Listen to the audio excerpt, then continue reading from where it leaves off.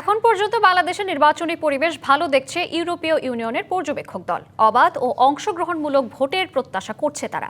ত্রয়োদশ জাতীয় সংসদ নির্বাচন ঘিরে মঙ্গলবার ঢাকার হোটেল ইন্টারকন্টিনেন্টালে সংবাদ সম্মেলনে এ কথা জানিয়েছে তারা। ইইউ পর্যবেক্ষক দল বলছে নিরাপত্তা ব্যবস্থা ভালো, নির্বাচন অংশগ্রহণমূলক করতে সংখ্যালঘু এবং নারীদের জন্য ভোটদান জরুরি বলেও জানানো হয় ব্রিফিংয়ে।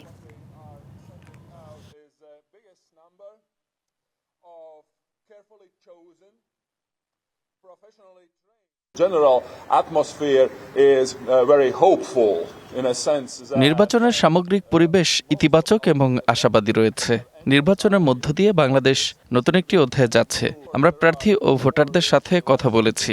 অনেক ঝুঁকিপূর্ণ জেলা থাকলেও সামগ্রিক নিরাপত্তা পরিস্থিতি নিয়ন্ত্রণের মধ্যেই রয়েছে। আমরা অংশগ্রহণমূলক নির্বাচনের কথা বলেছি, সেখানে সংখ্যালঘু ও নারীর অংশগ্রহণ থাকতে হবে।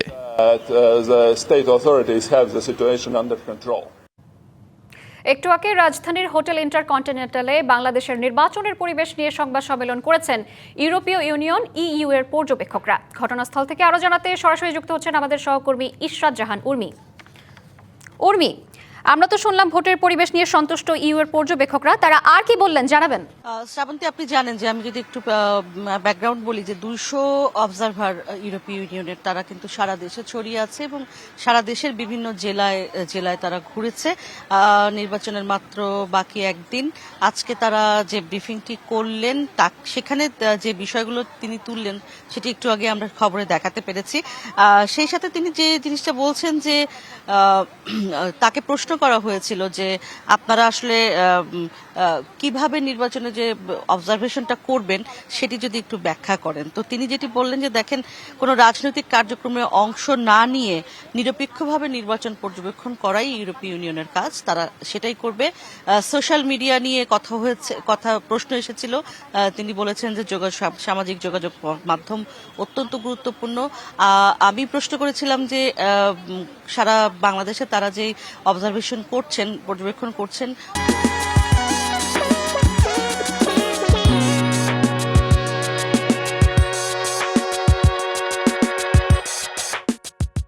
কোথাও আসলে বেশি ঝুঁকিপূর্ণ কেন্দ্র তারা পেয়েছেন কিনা। তারা বলছেন যে হ্যাঁ, কিছু ঝুঁকিপূর্ণ এবং কিছু কম ঝুঁকিপূর্ণ সবই রয়েছে। তবে আইন শৃঙ্খলা পরিস্থিতি এখন পর্যন্ত তারা যা দেখেছেন সেটি ভালো রয়েছে। তারা কথা বলেছেন আইন শৃঙ্খলা রক্ষাকারী বাহিনীর সঙ্গে, সেনাবাহিনীর সঙ্গে, ফলে খুব একটা সমস্যা হবে না বলে তারা বলছেন।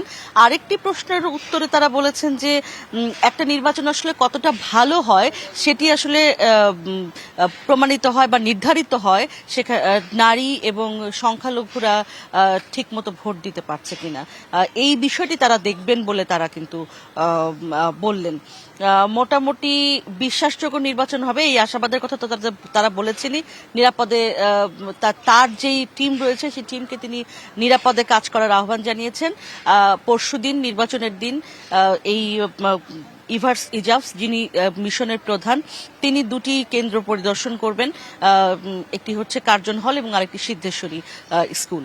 কার্জন হলের একটি কেন্দ্র এবং ঢাকা ইউনিভার্সিটির এবং সিদ্ধেশ্বরী স্কুলের তিনি পরিদর্শন করবেন। আর তার যে অন্যান্য সদস্যরা রয়েছেন তারা সারা ঢাকা শহর ছাড়াও ঢাকার বাইরেও তারা বিভিন্ন কেন্দ্রে পরিদর্শন করবেন এবং 14 তারিখে তাদের মূল যেই আফটার যেই অবজারভেশন, ইলেকশনের পরে যে অবজারভেশন সেটি তুলে ধরবেন।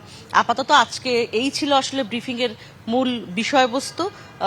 নিশ্চয়ই পরবর্তীতে যখন তারা আবার অবজারভেশনের মূল পরিপূর্ণ প্রতিবেদন দেবেন তখন তো আবারও নিশ্চয়ই এই সংবাদ আমরা দেবই নির্বাচনের সকল খবরে ডিবিসি নিউজকে।